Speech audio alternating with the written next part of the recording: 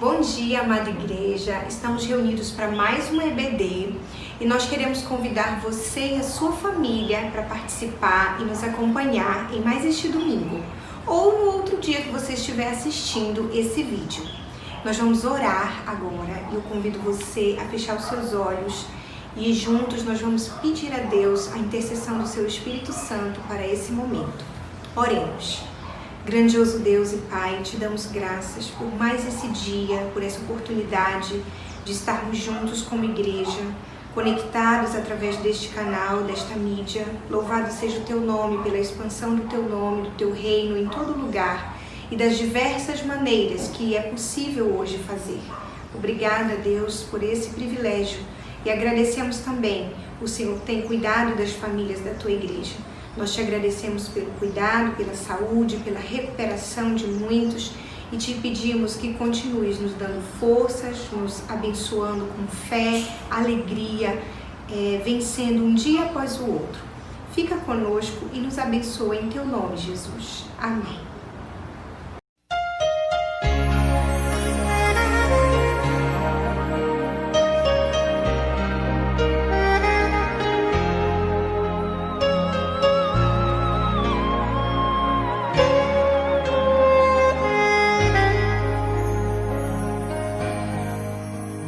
Eu preciso aprender um pouco aqui, eu preciso aprender um pouco ali, eu preciso aprender mais de Deus, porque Ele é quem cuida de mim. Se uma porta se fecha aqui, outras portas se abrem ali. Eu preciso aprender mais de Deus, porque Ele é quem cuida de mim. Deus cuida de mim. Deus cuida de mim. Na sombra das suas asas, Deus cuida de mim. Eu amo a sua casa e não ando sozinho, não estou sozinho, pois sei, Deus cuida de mim, Deus cuida de mim. Na sombra das suas asas, Deus cuida de mim. Eu amo a sua casa e não ando sozinho, não estou sozinho, pois sei, Deus cuida de mim. Se na vida não tem direção e preciso tomar decisão, eu sei que existe alguém que me ama, Ele quer me dar a mão.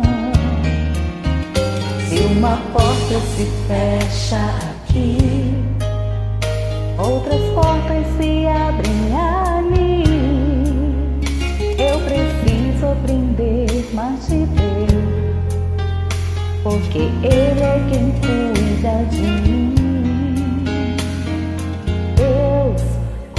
de mim.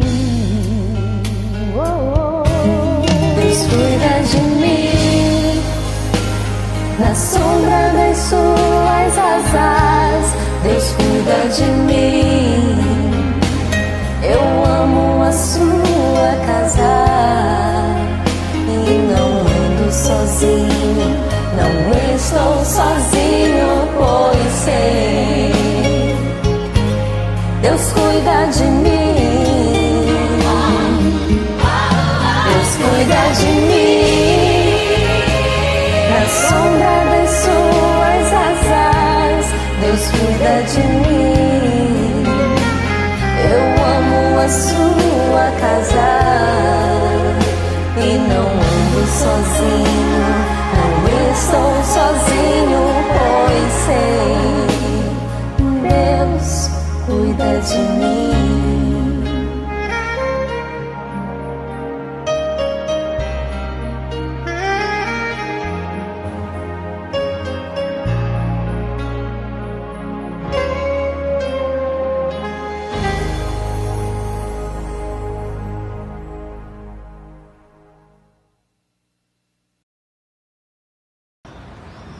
Neste mês de maio, nós estamos enfatizando as famílias. E nós temos um tema e uma divisa. E eu convido vocês a repetirem comigo o tema do mês da família, que é Jesus transforma a minha família. Vamos repetir juntos esse tema? Repita comigo. Jesus transforma a minha família. Que nós possamos crer poderosamente nessa frase, nessas palavras, que Jesus de fato possa habitar no centro da nossa família e transformá-la.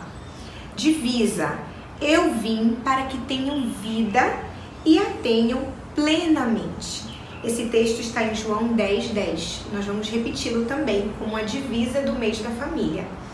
Eu vim para que tenham vida e a tenham plenamente. João 10:10. Minha casa será uma casa de bênção.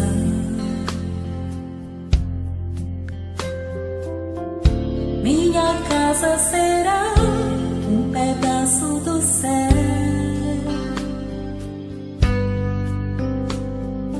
Nela estarão reunidos adoradores.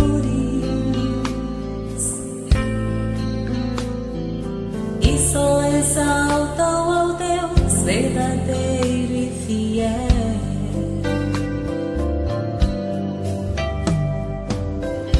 Minha casa será reconhecida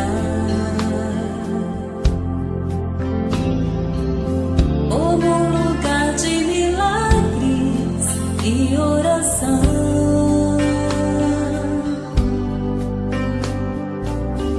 Jesus tem prazer em ficar, onde o Espírito Santo habita, onde há prosperidade, amor e vida. Faça do meu lar, Senhor, um lugar de harmonia. Faça do meu casa todo dia, esteja à vontade pra ficar e nunca mais partir,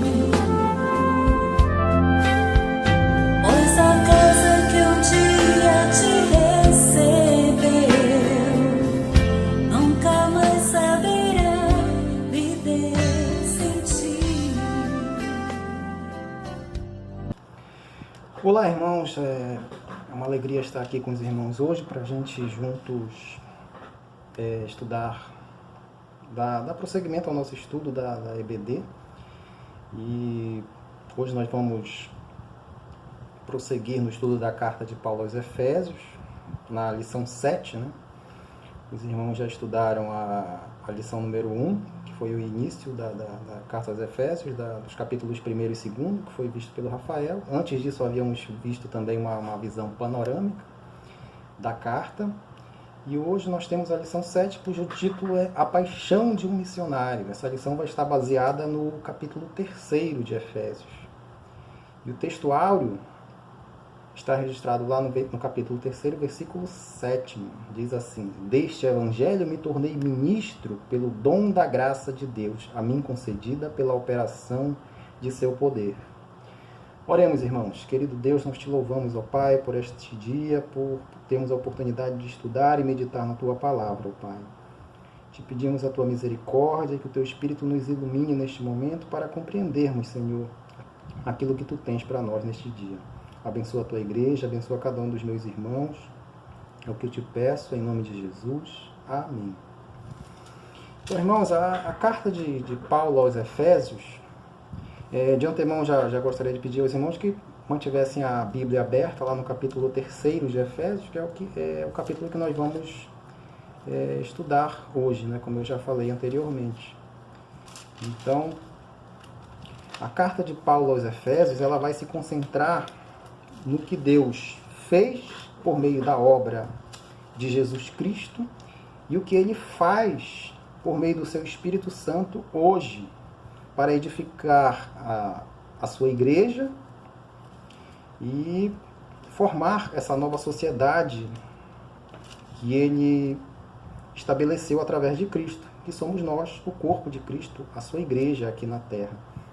Então é uma carta que faz uma magnífica combinação de doutrina cristã e dever cristão, de fé e de vida cristã, do que Deus fez por meio de Cristo e o que devemos ser e fazer em função disso que recebemos dele.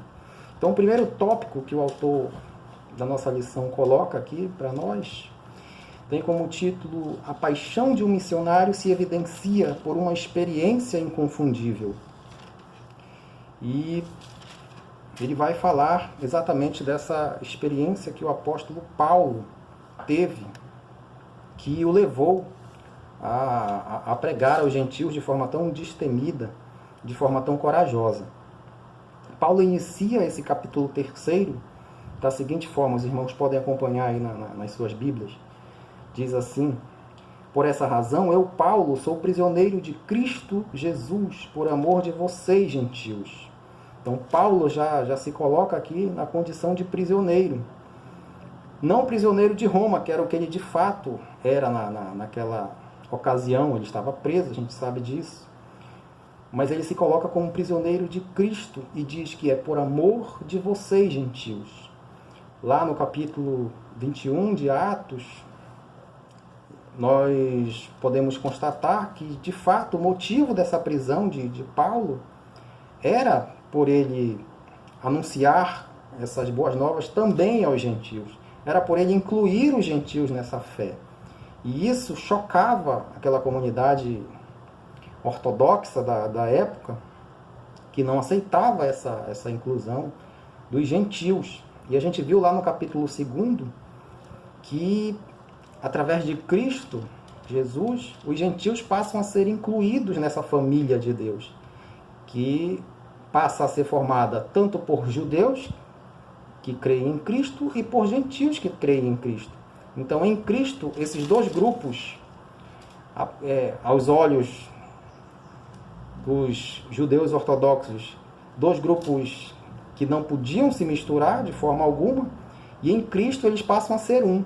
Então, isso é uma maravilha, uma verdade magnífica que nós encontramos aqui nessa carta de Paulo aos Efésios. Então, o autor da lição, inclusive, registra aqui que Paulo enfatiza que não foi ele que buscou, foi manifestado a ele. Deus o fez conhecer. Iniciativa sempre do Senhor.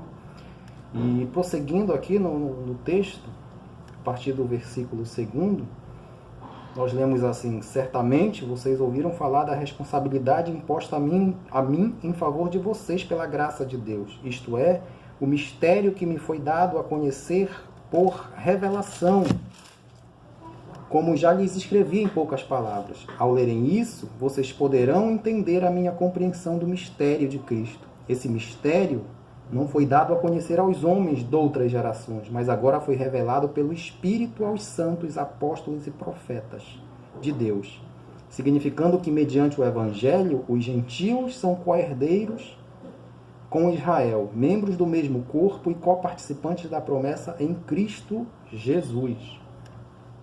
Então, Paulo, ele vai falar dessa questão do mistério.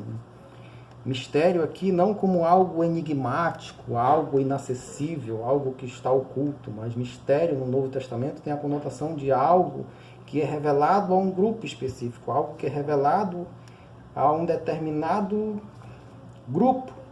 E no caso aqui é o grupo daqueles que creem em Cristo.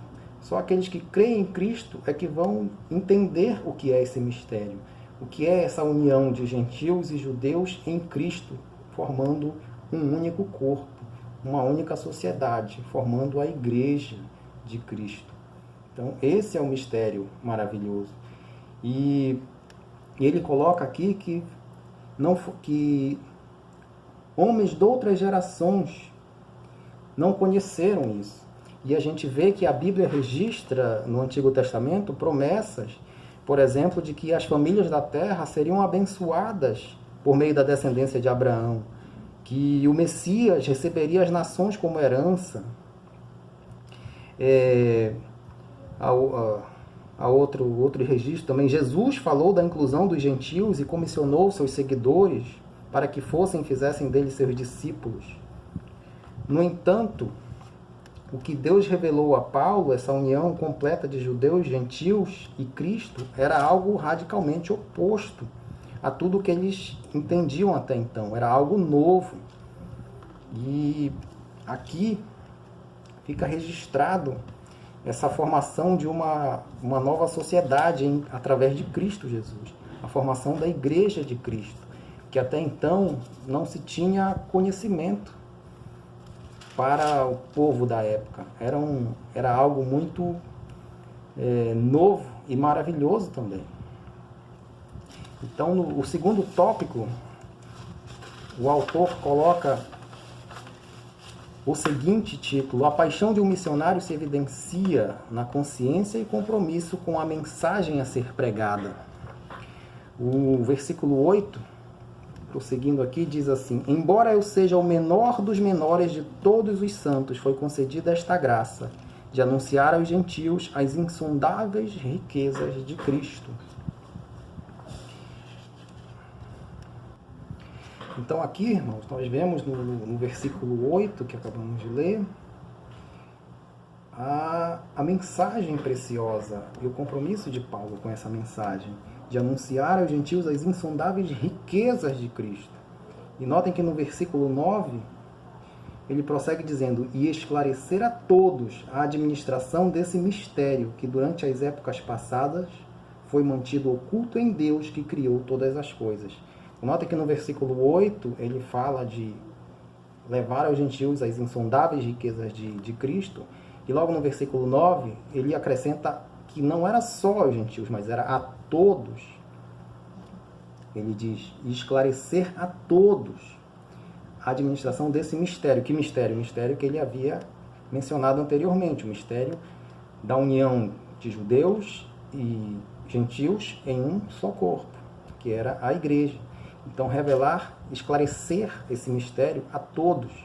Então, para que todos venham a entender esse mistério. E ele prossegue no versículo 10. A intenção desta graça era que agora, mediante a igreja, a multiforme sabedoria de Deus se tornasse conhecida dos poderes e autoridades nas regiões celestiais. Versículo 11. De acordo com o seu eterno plano que ele realizou em Cristo Jesus, nosso Senhor. Então, isso era o plano de Deus eterno. E ele coloca aqui, interessante, no versículo 10, a intenção dessa graça era que agora, mediante a igreja, a multiforme sabedoria de Deus se tornasse conhecida dos poderes e autoridades nas regiões celestiais. Ou seja, essa realidade, esse mistério, não era conhecido inclusive dos anjos. Os anjos passaram a conhecer esse mistério da igreja a partir deste momento. Então, a igreja passa a ser a manifestação da sabedoria de Deus, inclusive aos poderes e autoridades nas regiões celestiais. Então isso foi algo misterioso, inclusive para os seres angelicais.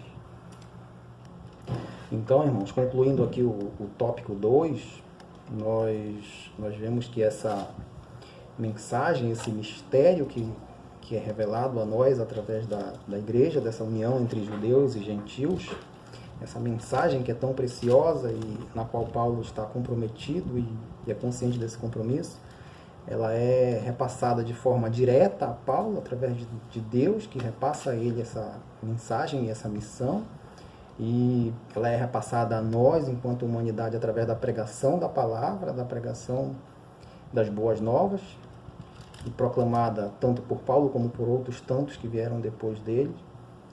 E nós, enquanto igreja, nós servimos de um modelo visual para os próprios seres angelicais. Os próprios anjos aprendem com a nossa vivência enquanto igreja. É o que Paulo coloca aqui nestes versículos finais, no versículo 9. E esclarecer a todos a administração desse mistério, que durante as épocas passadas foi mantido oculto em Deus, que criou todas as coisas. E o versículo 10, concluindo, a intenção dessa graça era que agora, mediante a igreja, a multiforme sabedoria de Deus se tornasse conhecida dos poderes e autoridades nas regiões celestiais. Então essa sabedoria de Deus, ela se faz conhecida através desse mistério, através da igreja na terra, através das nossas vidas enquanto igreja.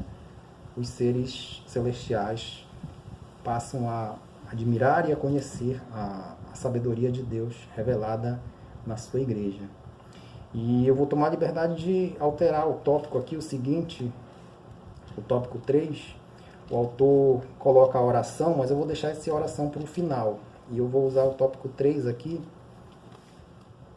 o outro tópico que diz o seguinte: a paixão de um missionário se evidencia no compromisso e entendimento da presença e importância da igreja no processo de evangelização. E esse tópico vai estar centrado justamente nos versículos de 10 a 13. O 10 nós acabamos de ler, né? Vamos ler novamente, para que fique bem claro. Diz assim o versículo 10: a intenção dessa graça era que agora, mediante a igreja, a multiforme sabedoria de Deus se tornasse conhecida dos poderes e autoridades nas regiões celestiais. Verso 11: de acordo com o seu eterno plano que ele realizou em Cristo Jesus nosso Senhor, por intermédio de quem temos livre acesso a Deus em confiança, pela fé nele. Portanto, peço-lhes que não desanimem por causa das minhas tribulações em seu favor, pois elas são uma glória para vocês. Então aqui Paulo demonstra que a igreja fazia parte do eterno plano de Deus, que ele realizou em Cristo Jesus. Então nós, enquanto igreja, nós já estávamos nos planos de Deus desde a eternidade. E por essa razão, nós vemos essa ênfase muito grande aí nos capítulos 2 e 3, quanto à centralidade do corpo de Cristo. Por isso Paulo coloca de forma tão contundente de que esse corpo, essa igreja, ela foi o eterno plano de Deus. Esse plano de criar para si uma comunidade, uma humanidade nova e reconciliada com ele. Deus, em Cristo Jesus, ele reconcilia o homem tanto com ele mesmo, tanto a reconciliação do homem com Deus, no sentido vertical, quanto a reconciliação do homem com os seus semelhantes, no sentido horizontal. Então, esse plano de Deus tem uma direção tanto vertical como horizontal. Então, a igreja ela é central para o Evangelho. Apesar de ser uma verdade, eu dizer que Cristo morreu para me salvar, mas ela não é uma verdade completa, integral, porque Cristo não morreu apenas para me salvar, mas ele morreu para nos salvar e redimir um povo para si. Esse povo que é chamado igreja, um povo que representa o seu corpo aqui na terra. E através desse corpo ele age neste mundo por meio de nós, enquanto igreja. A igreja ela é central para a própria vida cristã. Não há como ter vida cristã fora da igreja.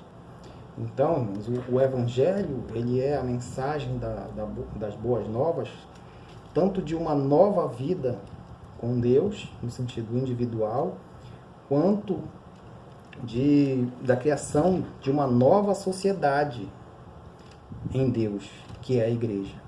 Então, ele tanto me afeta individualmente como no sentido coletivo, como enquanto comunidade, que é a igreja. Então, a vida cristã ela não tem como ser dissociada da vida em comunidade. Então, Paulo expressa isso quando ele fala da questão dos dons, lá em 1 Coríntios 12, da diversidade dos dons, e ele ilustra essa questão dos membros de um corpo e colocando esse corpo como a igreja, né? Então, nós, como membros desse corpo, precisamos estar atentos quanto a isso, porque hoje o que se vê é uma mensagem de relativismo, de que a vida em comunidade não é tão importante assim, que eu posso estar em comunhão com Deus, né, recluso, individualmente, sem precisar de viver em comunhão com os santos, em comunhão com a igreja. E isso nós vemos biblicamente que não é o plano de Deus para nós. O plano de Deus é que nós vivamos juntos, em unidade, mesmo sendo diversos. Então, isso é a igreja, esse é a magnífica criação de Deus. É a diversidade na unidade, é a sua igreja, o seu corpo atuando neste mundo caído e trazendo bênção para este mundo e bênção para as nossas vidas ao participarmos desse corpo. Então, que eu seja mesmo que uma unha encravada nesse corpo, mas que eu esteja nele, porque se eu estiver nele, eu como uma unha encravada serei tratado, cuidado, sarado, e assim, com certeza eu estarei melhor do que se eu estiver fora dele. Então, precisamos estar atentos para que não caiamos nesse engano de achar que a igreja é algo que pode ser relativizado. Não é. E o próximo tópico, irmãos, é o quarto, né? Ele diz o seguinte: a paixão de um missionário se evidencia com o objetivo de despertar ânimo e vigor. E está baseado exatamente nesse versículo 13 que lemos também. Eu vou ler novamente aqui. Diz o seguinte: portanto, peço-lhes que não desanimem por causa das minhas tribulações em seu favor, pois elas são uma glória para vocês. Então, nós, enquanto igreja, nós podemos fortalecermos uns aos outros. E enquanto um está abatido, nós podemos ir lá e revigorar o ânimo do irmão. Então, Paulo diz aqui para que a igreja não se abata com as circunstâncias pelas quais ele estava passando, de tribulações. Ele estava preso, ele estava sofrendo.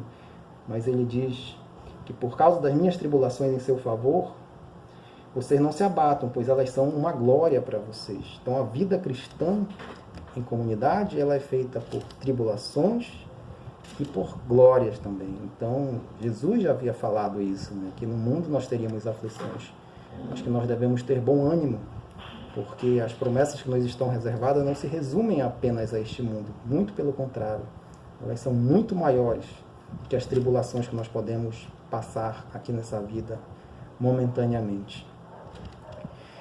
E para encerrar, irmãos, o último tópico da lição, que foi aquele que eu pulei, que tem como título: a paixão de um missionário se evidencia em seu compromisso efetivo com uma vida de oração.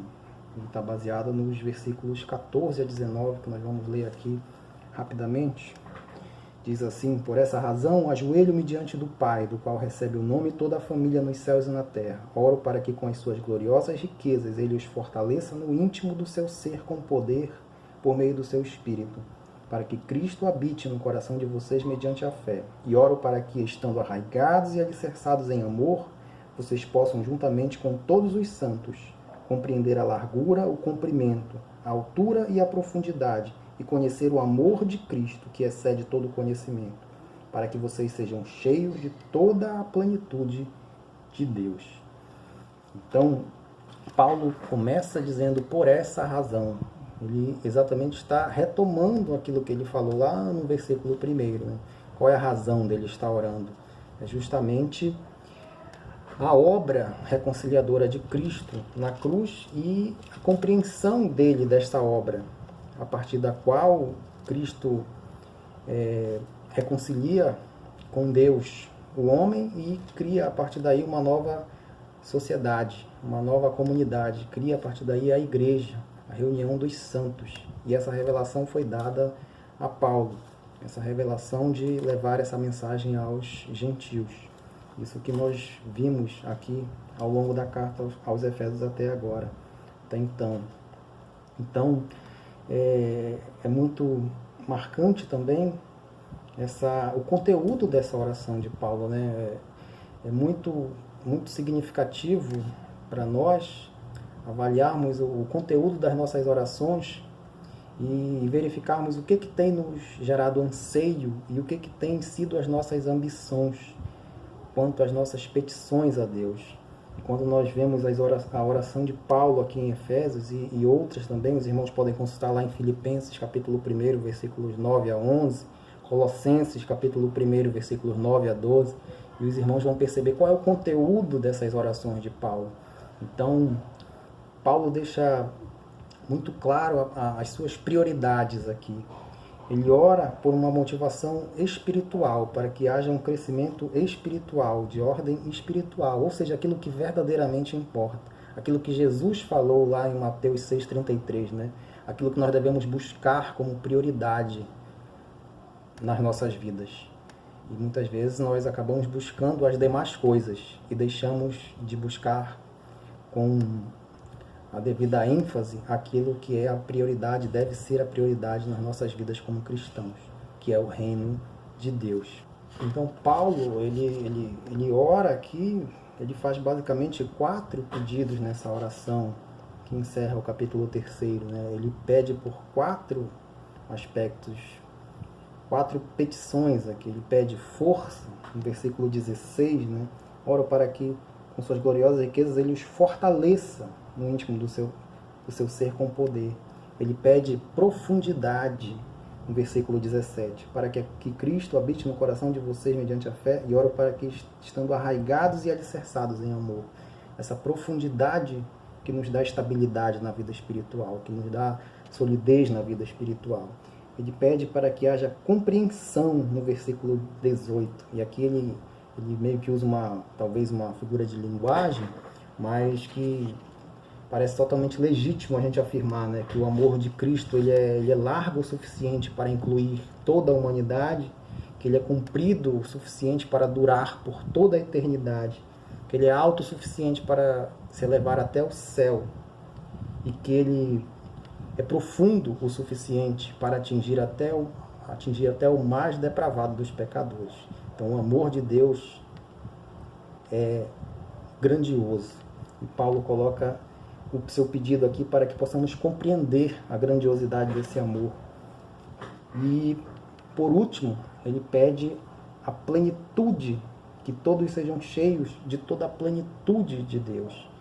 E aqui é uma oração que caminha, inclusive, para a nossa realidade eterna. A gente sabe que só lá, no céu, é que a gente vai verdadeiramente estar com o nosso corpo glorioso, e totalmente livres e totalmente fora de qualquer influência do pecado, porque lá o pecado não mais nos influenciará. Lá nós estaremos com Cristo reinando eternamente. E essa é a nossa esperança. E ele encerra, irmãos, a carta, em versículos 20 e 21, diz assim: aquele que é capaz de fazer infinitamente mais do que tudo o que pedimos ou pensamos, de acordo com o seu poder que atua em nós, a ele seja a glória na igreja e em Cristo Jesus por todas as gerações, para todos sempre. Amém. Louvado seja o nome do Senhor. Irmãos, e assim então nós encerramos o nosso estudo dessa lição. Eu espero ter contribuído com os irmãos, com a igreja, e que Deus nos ilumine, continue nos abençoando. Obrigado pela oportunidade, pela direção da EBD ter me dado essa oportunidade. E Que Deus abençoe a vida de todos os irmãos e de toda a sua igreja. Amém. E essa foi mais uma EBD. Agradecemos de todo o coração a companhia de vocês. Agradecemos muito as famílias, o apoio dos irmãos, pedindo que Deus possa abençoar o lar de cada um de vocês. Um grande beijo.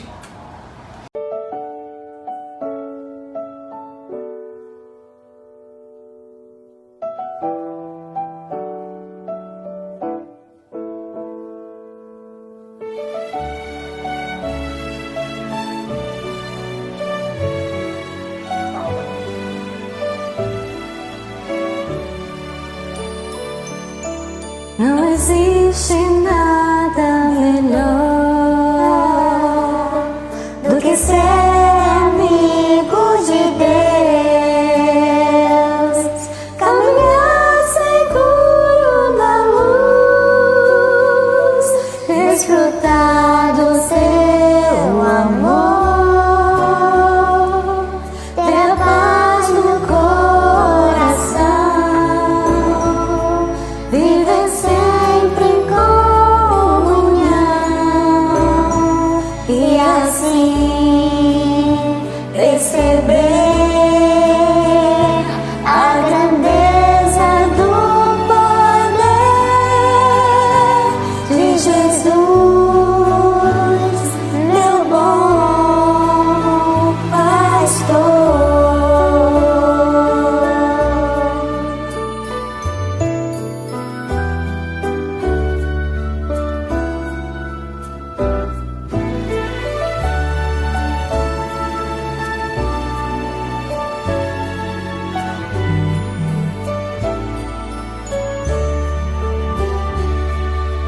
Não existe nada